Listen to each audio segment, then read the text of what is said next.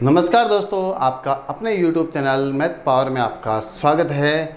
जी हाँ दोस्तों, आज इस वीडियो में जो राजस्थान के लाखों बेरोजगार युवा सपना देख रहे हैं कि वो राजस्थान पुलिस में जाए और खाकी वर्दी पहने, उन सब के लिए ये वीडियो है। क्योंकि राजस्थान पुलिस की विज्ञप्ति जारी हो चुकी है 9 अप्रैल 2025 को, जिसमें 9617 पद है, यानी कि बहुत बड़ी भर्ती है। इसके लिए बहुत सारे लाखों युवा इंतज़ार कर रहे हैं, जिन्होंने सपना देखा है कि वो भी एक खाकी वर्दी पहने और अपना परिवार और देश की सेवा करें। तो देखिए इसमें आपको क्या क्या, क्योंकि बहुत सारे के ऐसे सवाल जवाब होते हैं, दिमाग में चल रहे होते हैं कि क्या मैं इसके अंदर फॉर्म भर सकता हूँ, नहीं भर सकता हूँ, मेरी उम्र इतनी हो गई, क्या मैं भर सकता हूँ, नहीं भर सकता हूँ, मैं ओवर एज तो नहीं हो गया हूँ। ये बहुत सारे सवाल होते हैं। किसी के चश्मा लगा हुआ है तो वो सोचते हैं कि क्या मैं इसमें फॉर्म भर सकता हूँ कि नहीं भर सकता हूँ। इसके अलावा ऐसे सवाल होते हैं जैसे फिजिकल मेडिकल के लिए क्या मैं दौड़, इसमें कितनी दौड़ चाहिए कि नहीं चाहिए, फॉर्म कब से कब तक भरे जा रहे हैं, यानी बहुत सारे क्वेश्चन हैं। जो भी आपके क्वेश्चन हैं उन सब के जवाब आपको इस वीडियो में मिल जाएंगे और आपको ये पूरा वीडियो देखना है। और जब आप लिखित एग्ज़ाम देने जाओ तब और फिजिकल देने जाओ तब आपको क्या क्या सावधानियां रखनी है, क्या क्या डॉक्यूमेंट्स ले जाने हैं, वो सब आपको इस वीडियो में बताया जाएगा। तो देखिए, आइए चलते हैं, उस विज्ञप्ति को देखते हैं। उसके बहुत सारे जो तथ्य वाइज है उसको हम देखते हैं। देखिए, ये आपकी विज्ञप्ति 9 अप्रैल 2025 को जारी की गई है। तो इसमें देखिए, यानी कि नॉन टीएसपी एरिया के लिए 8148 पद है, जबकि टोटल भर्ती 9417 पदों की है। और इसमें देखिए सम्मान पात्रता परीक्षा यानी सीनियर सेकेंडरी लेवल जो 2024 में जो अभ्यर्थी सफल रहे हैं वही आवेदन कर सकते हैं, यानी कि समान पात्रता परीक्षा यानी कि सीईटी जो 12वीं बेस यानी कि 12th बेस की है, वो जो अभ्यर्थी ने क्लियर कर रखी है वही फॉर्म भरने के लायक है या योग्य है। फिर देखिए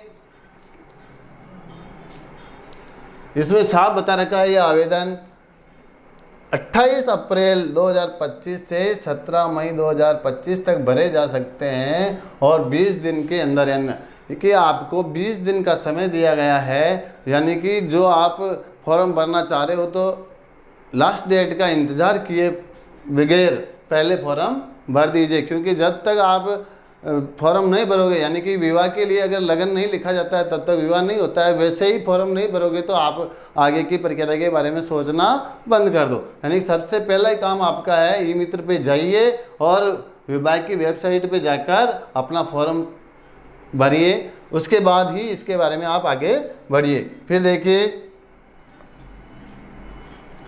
ये कह रहा है कि आवेदकों को सलाह दी जाती है कि अंतिम दिनांक का इंतजार किए बिना समय सीमा में ऑनलाइन आवेदन करें। यानी कि विज्ञप्ति में साफ शब्दों में कहा गया है और आवेदन पत्र भरने की अंतिम तिथि के पश्चात यानी 18 मई से 20 मई यानी कि 3 दिन आपको उसमें आवेदन में संशोधन या त्रुटि सुधार हेतु एक लिंक उपलब्ध करवाया जाएगा।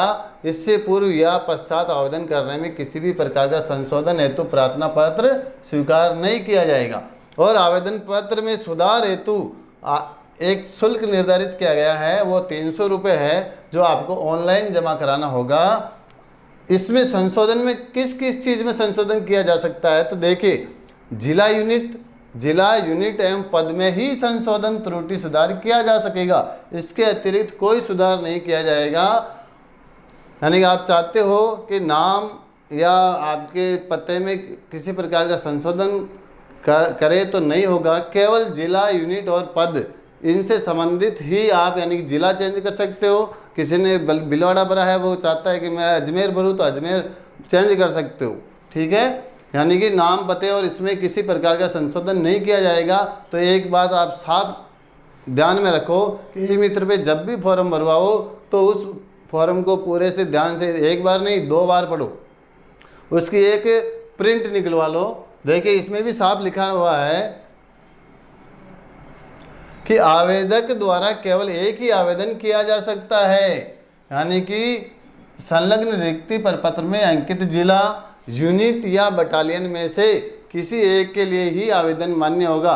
यानी कि आप पूरे राजस्थान में केवल एक ही जिला या यूनिट या बटालियन में आवेदन कर सकते हो। ये साफ शब्दों में लिखा हुआ है, क्योंकि बहुत सारे ऐसे अभ्यर्थी होते हैं कि मैं तो दो जिलों में भर दूँ, 5 में भर दूँ, नहीं होगा ऐसा, आपका आवेदन निरस्त कर दिया जाएगा। फिर देखो ये कह रहा है भर्ती हेतु रिक्त पदों की गणना, योग्यता, पात्रता इत्यादि का विस्तृत विवरण मुख्यालय के स्थायी आदेश क्रमांक में वर्णित है। यानी कि किसी भी विवाद की स्थिति में उक्त स्थायी आदेश में वर्णित प्रावधानों को ही अंतिम माना जाएगा। तो देखिए अब है आपके आवेदन प्रक्रिया। आवेदन प्रक्रिया में क्या करना है, देखिए सबसे पहले इसमें एक OTR, ये देखिए वन टाइम रजिस्ट्रेशन का एक बार ही है। अगर आपने OTR नहीं करवा रखी है तो पहले करवा ले, क्योंकि अंतिम दिनांक के बाद इसकी OTR नहीं होगी। तो आपको सबसे पहले वन टाइम रजिस्ट्रेशन करवाना है। उसके बाद उस OTR प्रक्रिया को पूरा करने के बाद अभ्यर्थी SSO के माध्यम से आवेदन कर सकेगा। इस हेतु अभ्यर्थी को सर्वप्रथम अपना CET, यानी कि जो अभी बताया था कि CET 12th लेवल का है, का ऑनलाइन आवेदन पत्र क्रमांक एप्लीकेशन में दर्ज करना होगा। यानी कि अगर CET क्लियर हो तो उसके जो आवेदन क्रमांक है वो उसमें भरने पड़ेंगे। फिर देखिए नेक्स्ट,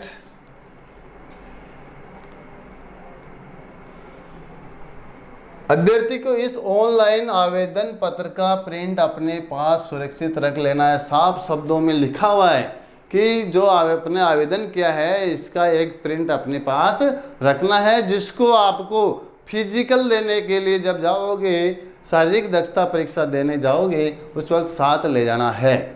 तो फिर देखिए नेक्स्ट,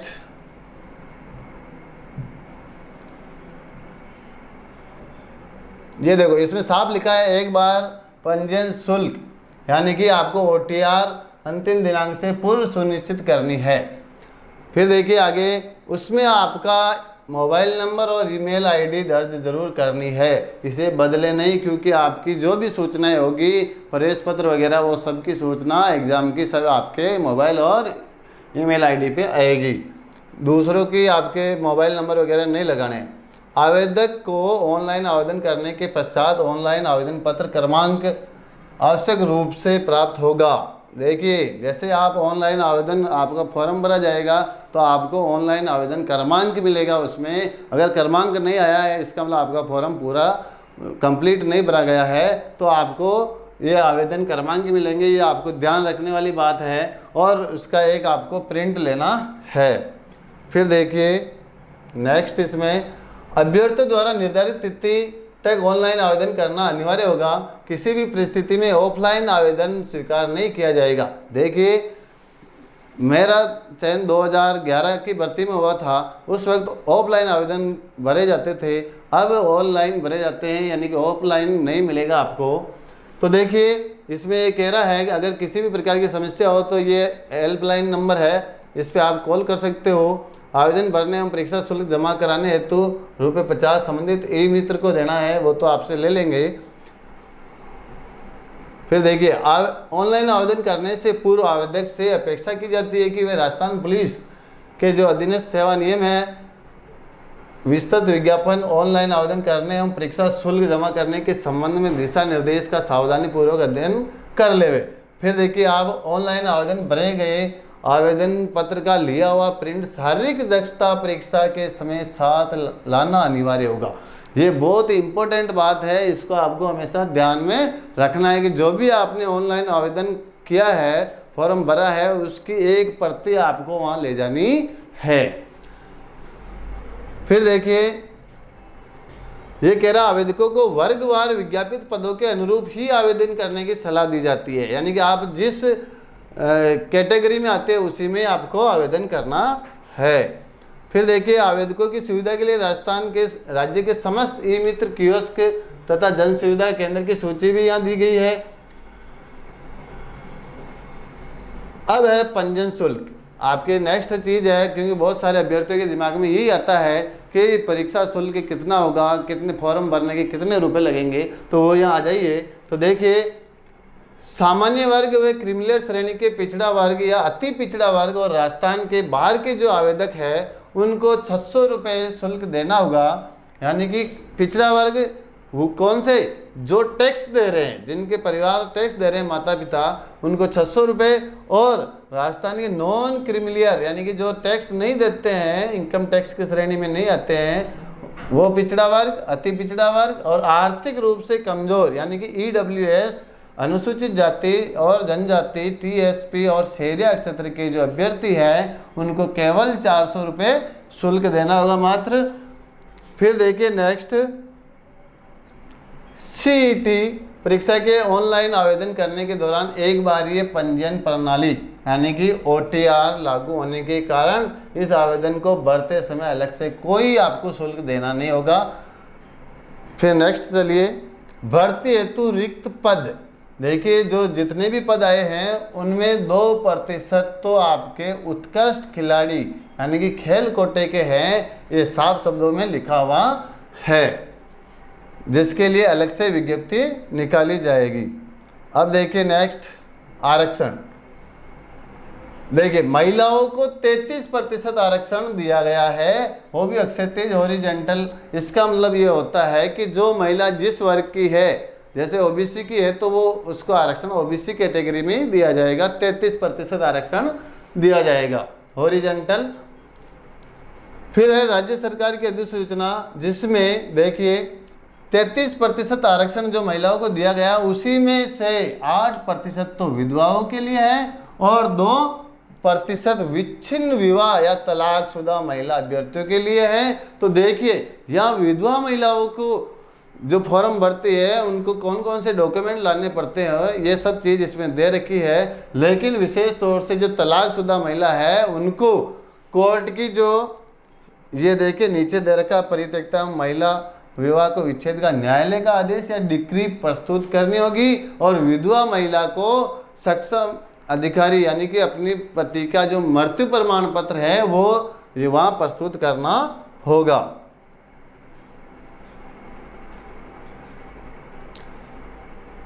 फिर यहाँ देखिए, अगर इस प्रकार की किसी भी वर्ग की सामान्य रूप से या आर्थिक जो भी है इस कैटेगरी की उपयुक्त महिला अभ्यर्थी उपलब्ध नहीं होने पर ऐसे पदों को उसी वर्ग के पुरुष अभ्यर्थियों से भरा जाएगा। ये बाद की बात है कि अगर उपलब्ध नहीं हो तब। फिर देखिए, राज्य सरकार के स्वीकृति आदेश क्रमांक में नवसर्जित पद्मिनी, कालीबाई एवं अमृता देवी बटालियन के विज्ञापित पदों में 50% पद महिलाओं हेतु आरक्षित है। यानी कि अगर 50% है उनमें भी विधवाओं और तलाकशुदा महिला अभ्यर्थियों के लिए 80:20 के अनुपात में पद आरक्षित है। यानी ये जो नवसर्जित बटालियन है, देखिए इन बटालियनों का नाम क्या है, एक तो पद्मिनी, कालीबाई और अमृता देवी बटालियन। इनमें जो पद है कुल पदों का 50% तो महिलाओं से भरा जाएगा और 50 पुरुषों से भरा जाएगा, जिनमें विधवा और इनको 80 और 20 के अनुपात में आरक्षण दिया जाएगा। अब देखिए, भूतपूर्व सैनिकों के लिए यानी कि जो जिन्होंने अपनी भारतीय सेना में सेवा दी है उनके लिए भी प्रावधान किया गया है। उनको कितने प्रतिशत आरक्षण है, 12.5% और सभी कैटेगरी वाइज है। अब देखिए,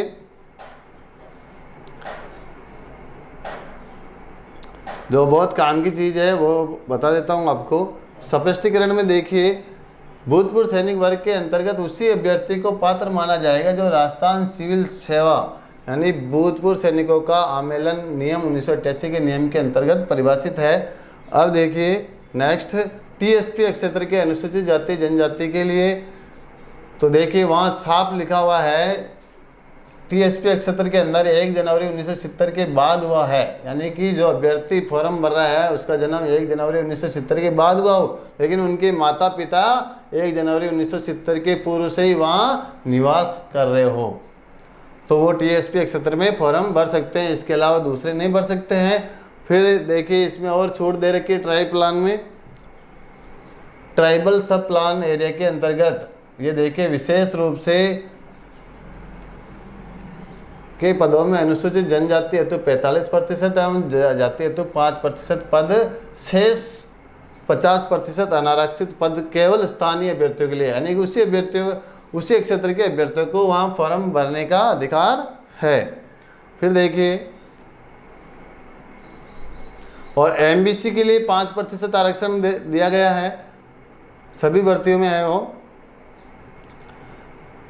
सामान्य वर्ग के ऐसे अभ्यर्थी जिनकी वार्षिक आय 8 लाख रुपए तक है, इससे कम है, उन्हें आर्थिक ईडब्ल्यूएस में 10% आरक्षण दिया गया है। इसमें ये सारी आरक्षण नियमानुसार है सभी में।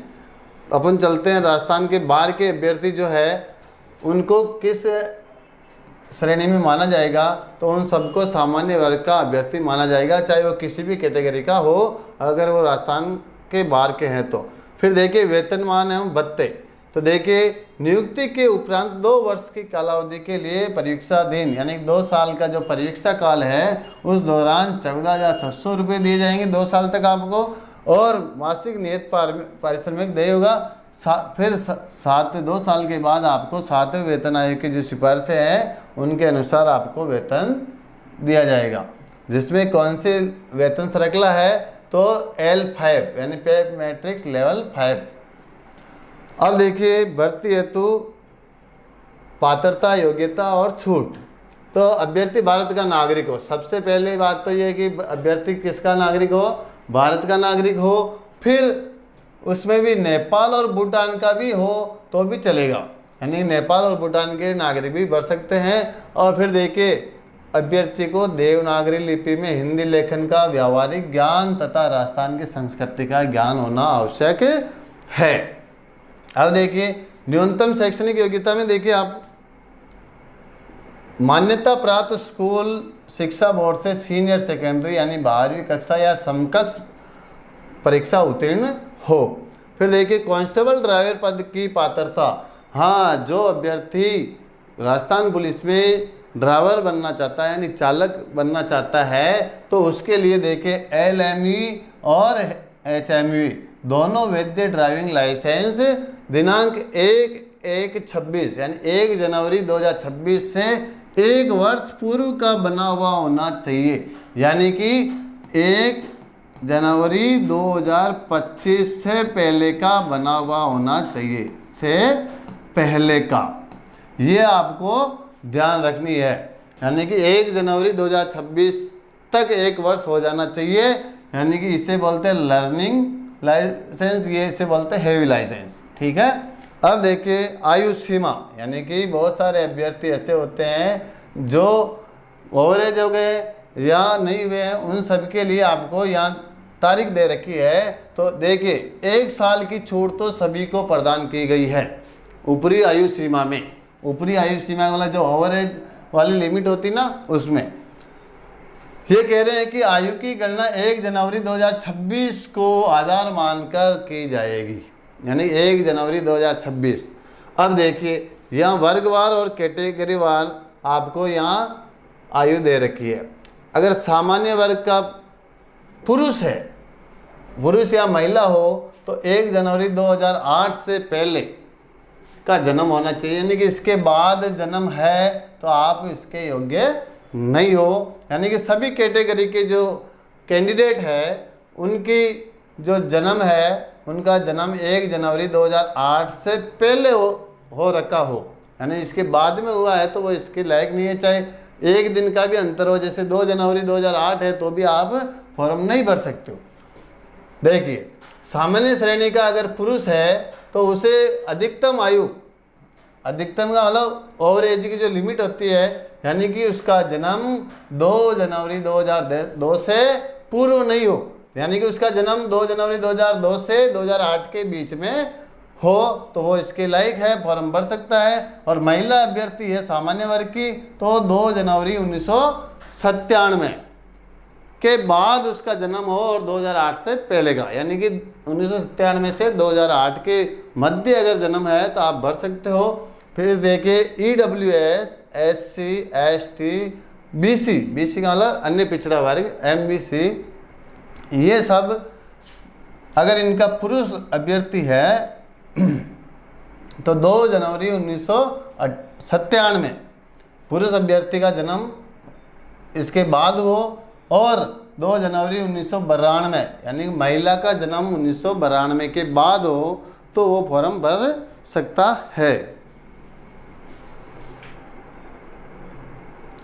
अब देखिए दोस्तों, राज्य सरकार के जो कर्मचारी है और मर्द पुलिस अधिकारियों और कर्मचारियों के जो आश्रित है, उनका जन्म पुरुष है तो 1999 2 जनवरी 1999 के बाद हो, और महिला है तो 2 जनवरी 1994 के बाद जन्मा हो।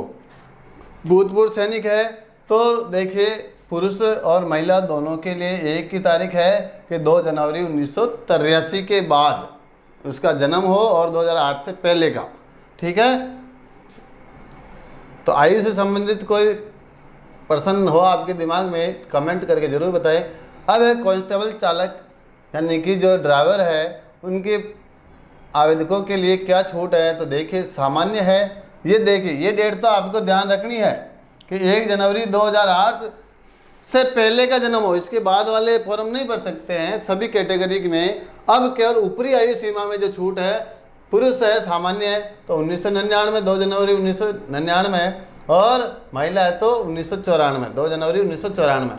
फिर EWS SC ST OBC MBC वर्ग के हैं तो पुरुषों को 1994 और महिलाओं को 1989। और कर्मचारी है जो मर्द आश्रित है, उनके पुरुषों को 1996 और महिलाओं को 1991। भूतपूर्व सैनिक का सभी के लिए वही है 1983 2 जनवरी 1983। अब देखिए शारीरिक मापदंड, क्योंकि इंडियन आर्मी और राजस्थान पुलिस यानी कि अर्धसैनिक बल कहा जाता है, इनमें शारीरिक और मानसिक रूप से सक्षम व्यक्ति जो होता है उसे ही इनमें भर्ती किया जाता है।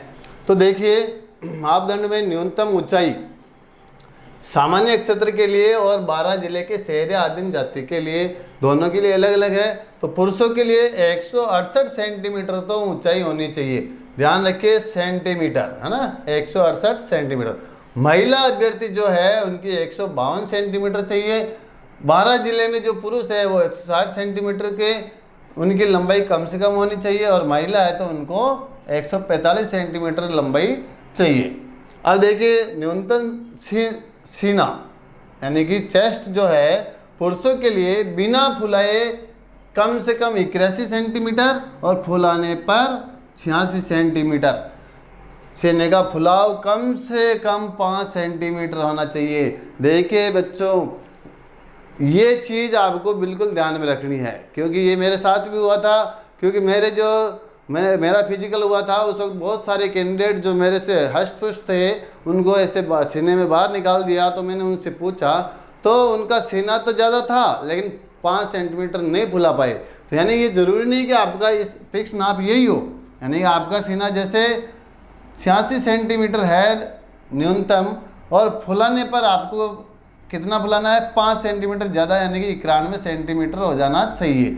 यानी कि आपका न्यूनतम सीना कितना ही हो, लेकिन जो है उससे 5 सेंटीमीटर आपको अधिक फुलाना है। ये बहुत इंपॉर्टेंट चीज़ है आपके। इसके लिए मैं फिजिकल के लिए एक अलग वीडियो और बना दूंगा, कैसे वहाँ सीना नापते वक्त आपको कैसे एक्शन करने हैं या कौन सी हरकत आपको नहीं करनी, वो सारी चीज़ें मैं आपको बताऊंगा। क्योंकि मैंने इसका फिजिकल दिया है, मैंने सर्विस की है राजस्थान पुलिस में। अब देखिए न्यूनतम वजन, इधर आ जाइए। 12 जिले में सीना 74 सेंटीमीटर चाहिए पुरुषों को, और फुलाने पर यानी कि यहाँ भी 5 सेंटीमीटर तो फुलाना ही है। और इधर देखिए महिलाओं के लिए लंबाई लागू नहीं है, सीना लागू नहीं है महिलाओं के लिए। इधर देखिए न्यूनतम वजन केवल महिलाओं के लिए, तो देखिए पुरुषों के लिए वजन लागू नहीं है। महिलाओं के लिए 46.5 यानी 47.5 किलो वजन होना चाहिए। पुरुषों के लिए वजन लागू नहीं है, और महिलाओं के लिए अगर शहरी क्षेत्र की है तो 43 किलो वजन कम से कम होना चाहिए। ये चीज़ें आपको फिजिकल के अंदर होनी चाहिए आपकी कंप्लीट। फिर देखिए आप नेक्स्ट आ जाइए। हाँ, नोट दे रखा है कि यदि सामान्य क्षेत्र के लिए उपयुक्त वर्णित शारीरिक मापदंडों के अनुसार अनुसूचित जाति और अनुसूचित जनजाति यानी SC और ST के अभ्यर्थी उपलब्ध नहीं होते हैं तो उन्हें उसी कैटेगरी के जो होते हैं उनको 5 सेंटीमीटर की छूट दे होगी। अगर आपके मिल रहे हैं तो फिर उनको छूट नहीं मिलेगी, और कैंडिडेट नहीं मिल रहे हैं और लंबाई कम है, सीना कम है, तो उनको 5 सेंटीमीटर की छूट मिलेगी। पहाड़ी क्षेत्र के लिए अलग है नियम। शहरी महिलाओं के लिए 47.5 किलोग्राम में किसी भी प्रकार की छूट दे नहीं होगी। ठीक है। अब देखिए चिकित्सकीय मापदंड, हाँ जिनके चश्मा लगा हुआ है वो बहुत सारी चीज़ें, उनके जवाब इसके अंदर है। तो देखिए साफ शब्दों को हम पढ़ते हैं, एक एक शब्द को। कार्मिक विभाग द्वारा स्वास्थ्य परीक्षण के संबंध में जारी दिशा निर्देश, जिसमें देखिए के अनुसार अभ्यर्थी की न्यूनतम निकट दृष्टि J1 यानी बेहतर आंख और बदतर आंख J2 होनी चाहिए। यानी चश्मा पहनने जैसे सुधार के साथ, यानी कि आपके चश्मा तो लगा हुआ है, चश्मा लगाने के बाद या बिना सुधार के दोनों आंखों की न्यूनतम दृष्टि 6/6 यानी 6x6, जिसे बेहतर आंख कहा जाता है, से 6/9 72 आंख होना अनिवार्य है। यानी कि आपके चश्मा तो लगा हुआ है, लेकिन अगर आपके चश्मा लगाने के बाद 6/6 और 6/9 तक हो जाती है तो आप फॉर्म भरने के लायक हो, यानी आप फॉर्म भर सकते हो। चश्मा लगा हुआ है, कोई दिक्कत नहीं है। फिर देखिए मानसिक रूप से जागरूक सुदृष्ट स्वास्थ्य वाला एवं सभी शारीरिक विकारों दोषों रोगों से मुक्त होना चाहिए। यानी कि एक तो मानसिक रूप से विमंदित नहीं हो, सुदृष्ट स्वास्थ्य हो, ऐसा नहीं है कि कमजोर स्वास्थ्य वाला हो, शारीरिक विकार नहीं हो, दोष रोग आदि से मुक्त होना चाहिए। यानी कि अभ्यर्थी मानसिक रुग्णता से ग्रस्त नहीं होना चाहिए। अभ्यर्थी के घुटने आपस में टकराने, नसें फूली हुई होना, बेंगापन, रतौंधी आती हो, रंग दृष्टि दोष हो, हकलाकर बोलता हो और पैर समतल हो, फ्लैट हो, हर्निया शल्य प्रॉब्लम हो, यानी कि किसी के ऑपरेशन वगैरह हो रखा हो, या अन्य कोई विकृति अंग भंग जो कर्तव्य पालन में बाधक हो, नहीं होनी चाहिए। यानी ये चीज़ें अगर किसी अभ्यर्थी के हैं तो उसे फॉर्म नहीं भरना चाहिए, वो इसके लायक नहीं है। यानी कि घुटने निकनी नोक नी बोलते हैं, यानी कि किसी के घुटने आपस में टच करते हुए से सीधे खड़ा करवाते हैं तो वो नहीं होने चाहिए। पैरों में या जो बहुत सारों की नसें फूली हुई होती है वो भी नहीं होनी चाहिए। ये रतौंधी यानी कि रातिंदो आ जावे वो भी नहीं होना चाहिए। बहुत सारी चीज़ें हैं, ये अगर आपके हैं तो आप फॉर्म नहीं भर सकते हो। फिर रहेगी नियुक्ति के लिए अयोग्यता, यानी कि किसको अयोग्य माना जाएगा, तो किसी भी ऐसे पुरुष महिला उम्मीदवार को जिसकी एक से अधिक जीवित पति या पत्नी हो उसे नियुक्त नहीं किया जाएगा। देखिए फिर ऐसा कोई भी अभ्यर्थी जिसके दिनांक बच्चे यानी 2 बच्चे वाले हो, 1 जनवरी 2002 को विद्यमान उसके बच्चों की संख्या में बढ़ोतरी नहीं हो, यानी कि 1 जून 2002 के बाद अगर किसी के 2 संतान है तो वो फॉर्म नहीं भर, 2 से अधिक संतान हो तो वो फॉर्म नहीं लगा सकता है। एक बात इसमें और बता रखी है कि अगर किसी के दूसरी संतान 1 से अधिक 2 जुड़वा या हो तो उसको 1 यूनिटी माना जाएगा, वो भर सकता है। फिर देखिए राज्य सरकार के परिपत्र क्रमांक में जन्मी संतान आ गया, संतान से संबंधित, और विवाह पंजीयन जरूरी है, ये इसमें लिखा हुआ है साफ। विवाह पंजीयन किसी भी विवाहित अभ्यर्थी को नियुक्ति के लिए पात्र नहीं माना जाएगा यदि उसने विवाह के समय दहेज लिया हो तो उसे, तो दहेज का तो इसमें कोई मैटर ही नहीं है। फिर देखिए अगला पॉइंट क्या कह रहा है कि किसी अन्य संस्था द्वारा किसी भी परीक्षा से वंचित किया गया, डिबार किया गया हो, कंपटीशन एग्जाम से किसी को बाहर किया गया हो और 1 साल 2 साल के लिए वो समय सीमा अगर पूरी नहीं हुई हो तो वो इसमें फॉर्म नहीं भर सकता है। अब देखिए बहुत सारे के जो केस लगे हुए होते हैं वो कहते हैं कि हमारे थाने में केस चल रहा है, कोर्ट में चल रहा है, तो क्या वो फॉर्म भर सकता है कि नहीं भर सकता है, उसके लिए है ये पॉइंट। देखिए आपराधिक प्रकरणों में लिप्त या आपराधिक प्रकरणों के तथ्य छुपाने के कारण नियुक्ति से संबंधित प्रकरणों में कार्मिक विभाग के परिपत्र क्रमांक ये दे रखे हैं, यानी कि 4 दिसंबर 2019 अधिसूचना है।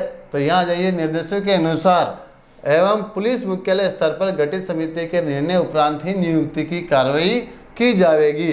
यानी कि उससे अगर उसके कोई प्रकरण चल रहा हो आपराधिक तो देखिए इसमें लिखा हुआ साफ, यदि किसी आवेदक के विरुद्ध आपराधिक प्रकरण में दर्ज है तो ऑनलाइन आवेदन पत्र में चरित्र सत्यापन हेतु दिए गए कॉलम में आपराधिक प्रकरण का उल्लेख अवश्य करें। अगर किसी के मुकदमा चल रहा है या और लड़ाई झगड़े का कोई केस चल रहा है या किसी भी प्रकार का, तो उसको इसमें उल्लेख करना है फॉर्म भरते समय, प्रकरण कभी भी दर्ज हुआ हो तथा उसका किसी भी तरह से निस्तारण यथा अनुसंधान में दोषी नहीं पाया गया, राजीनामा हो रखा हो, संदेह का लाभ हो, साक्ष्य का अभाव इत्यादि से बरी हुआ है तो भी उसका स्पष्ट, यानी कि उसका मुकदमा दर्ज हो गया, उसका निस्तारण भी हो गया, उसे बरी कर दिया या राजीनामा हो गया, कुछ भी, उसका भी आपको उसमें फॉर्म भरते वक्त उल्लेख करना है। ये बहुत ही इम्पोर्टेंट बात है, क्योंकि मेरे साथ भी एक मेरा दोस्त था जो हमारे बैच का ही था,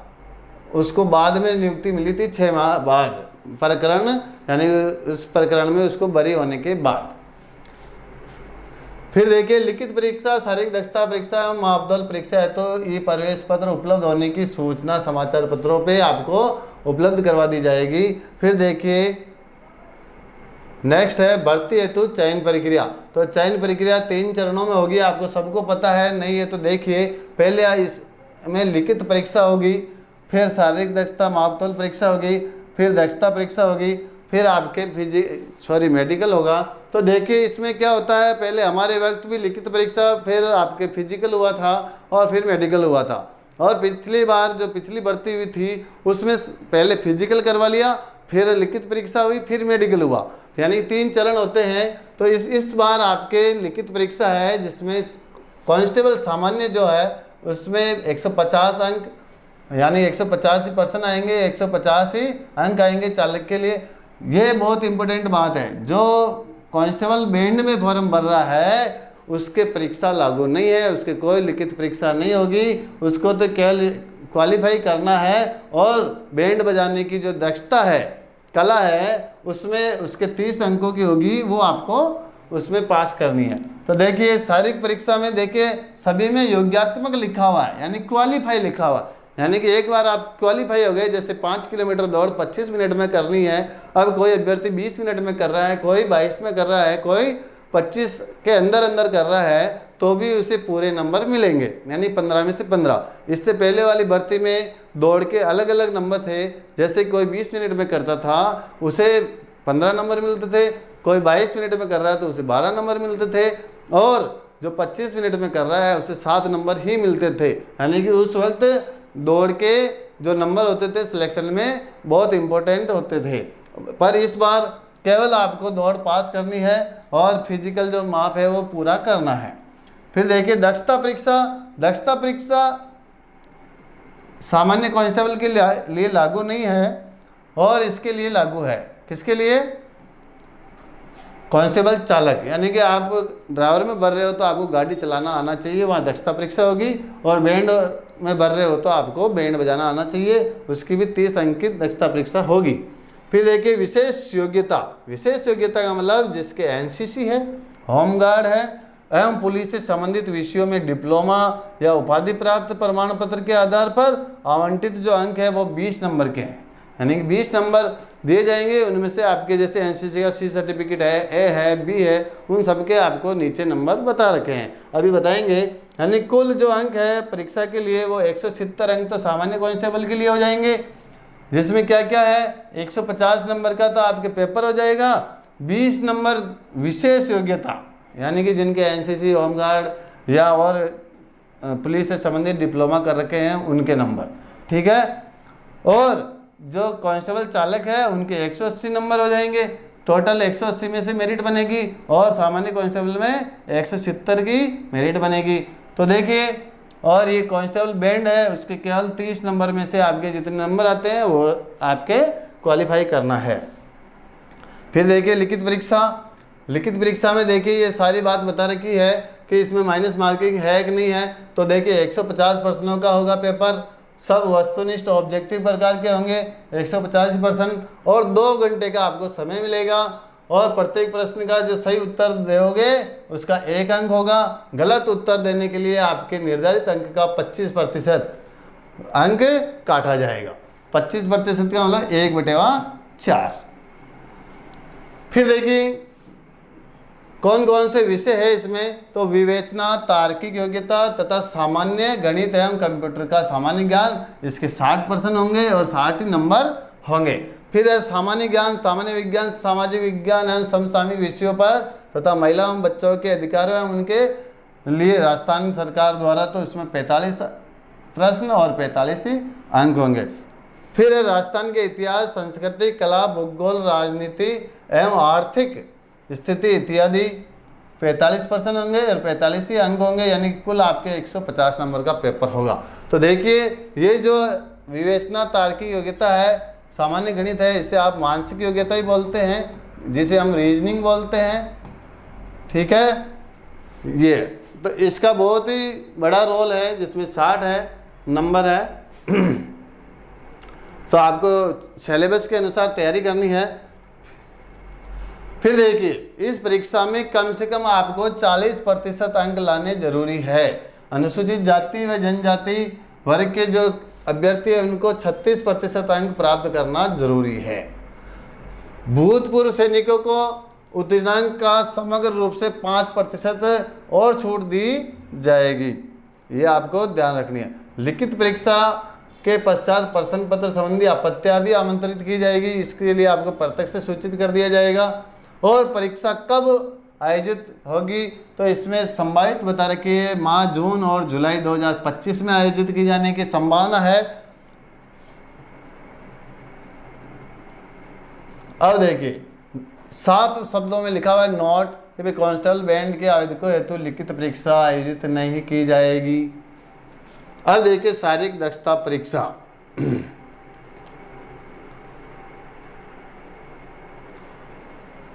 ये कह रहा है कि अभ्यर्थी एवं 5 गुणा अभ्यर्थियों को सफल किया जाएगा, यानी कि लिखित परीक्षा में पदवार या वर्गवार या महिला पुरुष रिक्तियों के 5 गुणा। कितने गुणा, बहुत सारे अभ्यर्थियों के सवाल होते हैं कि भाई कतरा गुणा पास कह रही, तो 5 गुणा अभ्यर्थियों को पास किया जाएगा। फिर उनकी शारीरिक दक्षता परीक्षा की जाएगी और सम्मिलित होने से पूर्व आपको क्या ले जाना है, बहुत इंपॉर्टेंट है। शारीरिक दक्षता परीक्षा में सम्मिलित होने से पूर्व राजकीय चिकित्सक से शारीरिक दक्षता परीक्षा यानी कि दौड़ में भाग लेने हेतु शारीरिक रूप से योग्य होने का प्रमाण पत्र संबंधित केंद्र पर आवश्यक रूप से प्रस्तुत करेगा, तो ही उसको उसमें सम्मिलित किया जाएगा। साफ शब्दों में लिखा हुआ है, उपरांत ही अभ्यर्थी को शारीरिक दक्षता परीक्षा में सम्मिलित किया जाएगा। यानी कि आप लिखित परीक्षा तो पास हो गए, लेकिन अगर आपके चिकित्सक का प्रमाण पत्र नहीं है तो आपको शामिल नहीं किया जाएगा। लिखित परीक्षा में उत्तीर्ण होने के उपरांत पास हो गई है और महिला अभ्यर्थी है, गर्भवती महिला, तो उनको प्रमाण पत्र व दस्तावेज के आधार पर को शामिल करने हेतु तो जिला यूनिट स्तर पर यदि उक्त अभ्यर्थी पीटीईटी पीएचटी में उत्तीर्ण हुई होती तो विशेष यानी उनको छूट दी जाएगी। सीधी सिंपल बात है। अगर वो उस वक्त गर्भवती है तो उनको बाद में उनका फिजिकल यानी कि 6 माह के अंदर अवधि में अभ्यर्थी को संबंधित जिला यूनिट पे फिटनेस प्रमाण पत्र के साथ प्रस्तुत करना होगा। किसके लिए, पीईटी या पीएचटी यानी फिजिकल टेस्ट के लिए।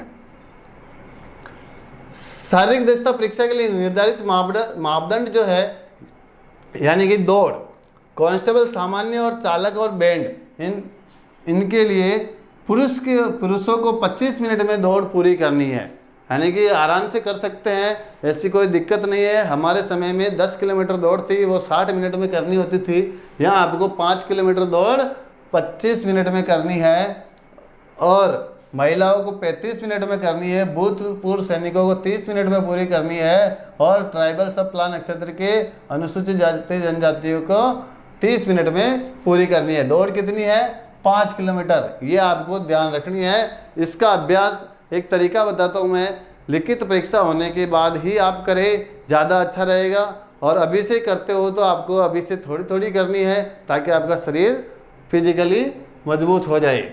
फिर देखिए यहाँ नोट लगा के बता रखा है, शारीरिक दक्षता परीक्षा में दौड़ हेतु केवल एक ही अवसर प्रदान किया जाएगा।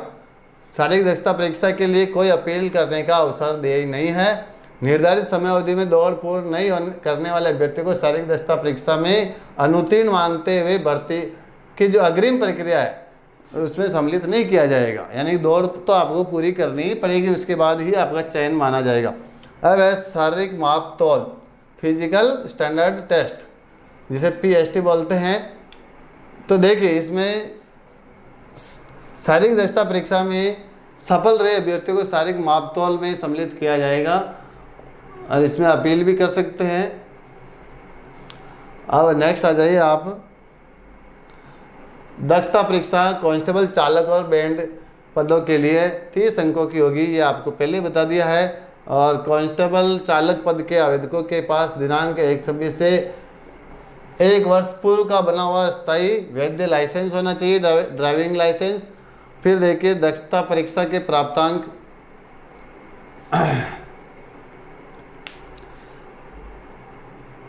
विशेष योग्यता हेतु आवंटित अंक, यानी कि जिनके पास NCC होमगार्ड के प्रमाण पत्र है, तो देखिए C श्रेणी का प्रमाण पत्र है तो उसे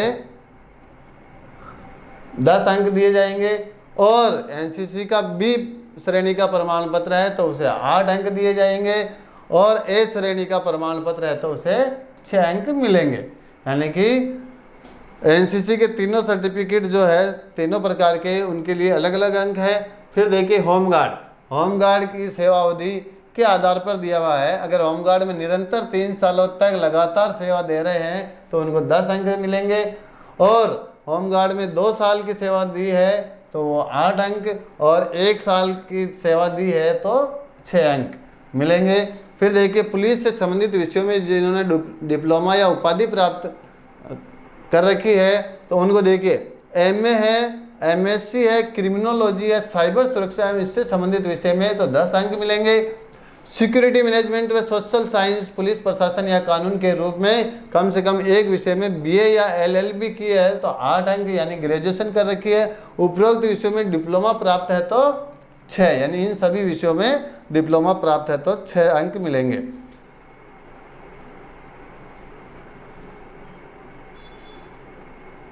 ये फिर कह रहा है नोट लगाकर उपरोक्त तीनों में से अभ्यर्थी के द्वारा इंगित कोई भी 2 विशेष योग्यता के अंकों की गणना के लिए उपयोग होगा। यानी कि अगर किसी के पास तीनों ही है तो तीनों में से 2 विशेष योग्यता को इसमें शामिल किया जाएगा। विशेष योग्यता के मूल प्रमाण पत्र एवं स्वप्रमाणित प्रत्यक्ष शारीरिक दक्षता, यानी फिजिकल के समय आपको चयन बोर्ड के समक्ष प्रस्तुत करनी होगी। अब है चयन सूची। चयन सूची इसमें जारी कर दी जाएगी। स्वास्थ्य परीक्षण, यानी कि आपके मेडिकल, इसमें भी छूट मिल जाएगी। अब प्रमाण पत्र एवं चरित्र सत्यापन कौन कौन से आपको लाने हैं, तो देखिए फिजिकल के समय शारीरिक दक्षता परीक्षा एवं मापतोल के समय निम्नांकित मूल प्रमाण पत्र आपको वहाँ लाने हैं, यानी कि ओरिजिनल सर्टिफिकेट वहाँ लाने हैं। फिजिकल के समय कौन कौन से लाने हैं, तो देखिए शैक्षणिक योग्यता के प्रमाण पत्र, आयु प्रमाण पत्र, उम्र से संबंधित अभ्यर्थी यदि अनुसूचित जाति जनजाति और पिछड़ा वर्ग का है तो जाति प्रमाण पत्र आपको लाना है। तो प्रथम श्रेणी दंडनायक या समकक्ष अधिकारी द्वारा निर्धारित प्रारूप में जारी किया गया जाति प्रमाण पत्र आपको वहाँ प्रस्तुत करना है फिजिकल के समय। फिर अगला पॉइंट है कार्मिक विभाग की अधिसूचना क्रमांक के क्रम में आर्थिक रूप से कमजोर वर्ग के आवेदक, यानी कि EWS की जिनकी आय के आधार पर ऑनलाइन जारी आर्थिक पिछड़ा वर्ग का प्रमाण पत्र है वो आपको वहाँ प्रस्तुत करना है। फिर नेक्स्ट देखिए 5वां पॉइंट, आवेदक यदि राजकीय कर्मचारी है तो राजकीय कर्मचारी होने का प्रमाण पत्र एवं नियोक्ता या विभाग के अध्यक्ष का अनापत्ति, यानी NOC वहाँ आपको प्रस्तुत करनी है। अगर वो अभ्यर्थी किसी दूसरी नौकरी में सेवा कर रहा है और पुलिस में आना चाहता है तो उसको ये NOC उस विभाग की देनी होगी। आवेदक यदि कर्तव्य का पालन करते हुए मारे गए मृतक पुलिस अधिकारी या कर्मचारी का आश्रित है तो उसकी संतान होने का प्रमाण पत्र भी उसको वहाँ लाना है। अंतिम शैक्षणिक योग्यता प्रमाण पत्र योग्यता प्राप्त करने वाली संस्था के प्रधानाचार्य द्वारा जारी किया गया चरित्र प्रमाण पत्र भी वहाँ आपको लाना है। एवं 2 स्थानीय प्रतिष्ठित व्यक्ति रिश्तेदारों के अतिरिक्त द्वारा जारी किए गए चरित्र प्रमाण पत्र जो 6 माह से अधिक पुराने नहीं होने चाहिए, ये भी आपको लाने हैं। यानी कि चरित्र प्रमाण पत्र बनवा लेने हैं आपको। इसका फॉर्मेट मिलता है आपके बुक्स की दुकानों पे वहाँ जाइए और स्टेशनरी वाले के पास, और वहाँ से 2 फॉर्मेट लीजिए और अपने दो पड़ोसी होते हैं, गांव के होते हैं, उनसे आप चरित्र प्रमाण पत्र बनवा लीजिए। और एक चरित्र प्रमाण पत्र आपका जो लास्ट आपने जहाँ एजुकेशन प्राप्त की है उसका होना चाहिए। फिर है, अगर भूतपूर्व सैनिक है, देखिए 8वां पॉइंट, भूतपूर्व सैनिक होने की स्थिति में एनओसी या डिस्चार्ज प्रमाण पत्र या पेंशनर प्रमाण पत्र होना जरूरी है। टीएसपी और शहरी क्षेत्र से संबंधित है कोई अभ्यर्थी तो उसको भी वहाँ का प्रमाण पत्र देना है। फिर आवेदक से संबंधित सूचना के लिए विभाग द्वारा चयन उपरांत निर्धारित आवेदन पत्र भरवाया जाएगा, जिसमें चिपकाने के लिए स्वयं के 2 यानी कि पासपोर्ट साइज रंगीन फोटो भी ले जाने हैं। 2 की जगह आप 3-4 ले जाइए, कोई दिक्कत नहीं है, जो आपको वहाँ फॉर्म भरवाएंगे उसमें चाहिए। और विधवा है, देखिए विधवा महिला है तो कई मामले में अपने पति की मृत्यु का सक्षम प्राधिकारी का प्रमाण पत्र प्रस्तुत करना होगा। और विवाह विच्छेद यानी तलाकशुदा महिला है तो तलाकशुदा का सबूत, डिक्री आदेश प्रस्तुत करना होगा, सर्टिफिकेट। और कांस्टेबल ड्राइवर हेतु है तो आपको लाइसेंस